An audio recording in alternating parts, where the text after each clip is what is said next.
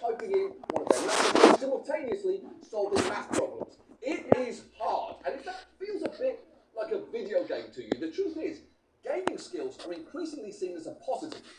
Gaming skills is a big part of me being in control.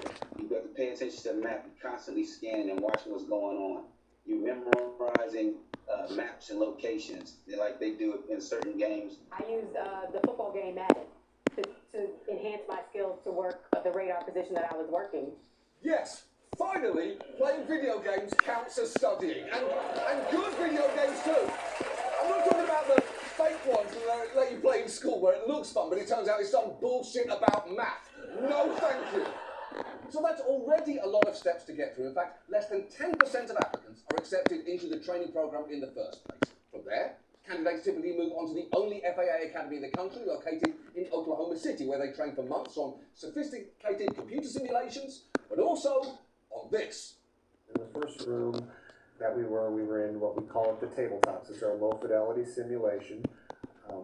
Students will be in that room roughly about 3 weeks into their training as a telecontroller, and it's an opportunity for the students to learn priorities, learn some of the basics that's needed.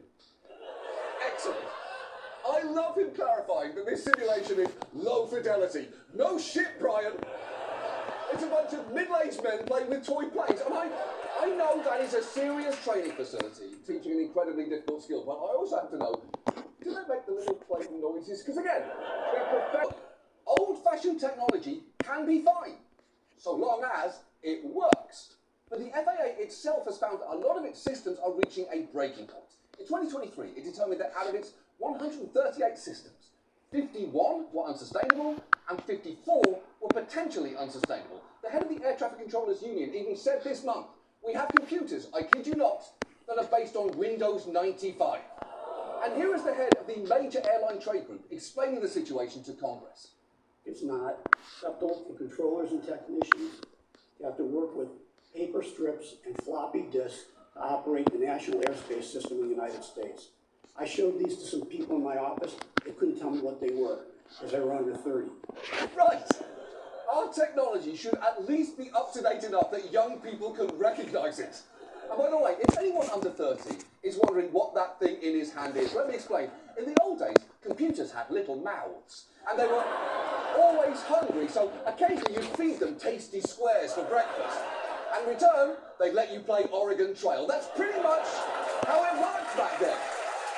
So clearly, we've let a lot of stuff slide. A recent report found there was a $5.3 billion backlog of facility components past their service lives, and that for many of its systems, the FAA is no longer able to obtain spare parts as product lines are being discontinued and manufacturers no longer exist. The FAA has even admitted its resources to buy replacement parts on eBay at work, and it needs to be properly valued. And if we can do that, then hopefully one day we can get to the point where a truly honest recruitment video does not look like this. Millions take to the skies every day. Behind their safe flights is a hidden world that few ever see. Orchestrating a symphony of aircraft with expertise and precision, air traffic controllers are the guardians of the air. I love this job. My entire shift is an adventure from start to finish. Well, you never know what's coming your way, whether it be emergency landing or radio failure, or the elevator in your 40-year-old tower is out of service and you have to climb 15 flights of stairs, which is chock full of bees for some reason. Just a ton of bees. You have to stay 3 steps ahead. And then have 9 backup plans to cover those 3 steps. And then have 9 more plans to cover the guy next to you who retired and they never replaced. Say they are, they're not going to. Every day they say, we're getting someone, we're going to, and they're not going to. Despite a lack of investment, decaying infrastructure, and Ronald Reagan, air travel is still the safest way to move around. My father was an air traffic controller, and I feel a real connection with him here at this job. Especially because this is the exact same computer he used. Yeah, I had to retire because the doctor said he had more ulcer than stomach. But what are you gonna do? I'm new here. My supervisor gave me the square. I still don't know what it's for. I've been carrying one for weeks. You wouldn't happen to, no, nobody? At the FAA, We're looking for young, enthusiastic people To qualify as 20/20 vision, perfect health, and be up to date on your rabies shots. You know, because of all the bats. I mean, look, I'll say it's 95% boring and routine, and 3% exciting and routine, and 2% holy fuck. Oh, no, seriously, holy fuck. Hey, Flight 269, that is not your runway, get out of here! So next time you fly, make sure to say thanks to the air traffic controllers, the guardians of the air. Hey, what are you guys doing? No one else is up here. I don't want my second fucking life. Stop holding and come help me.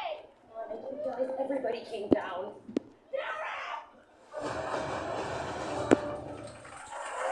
our show. Thanks so much for watching. We'll see you next week. Good night.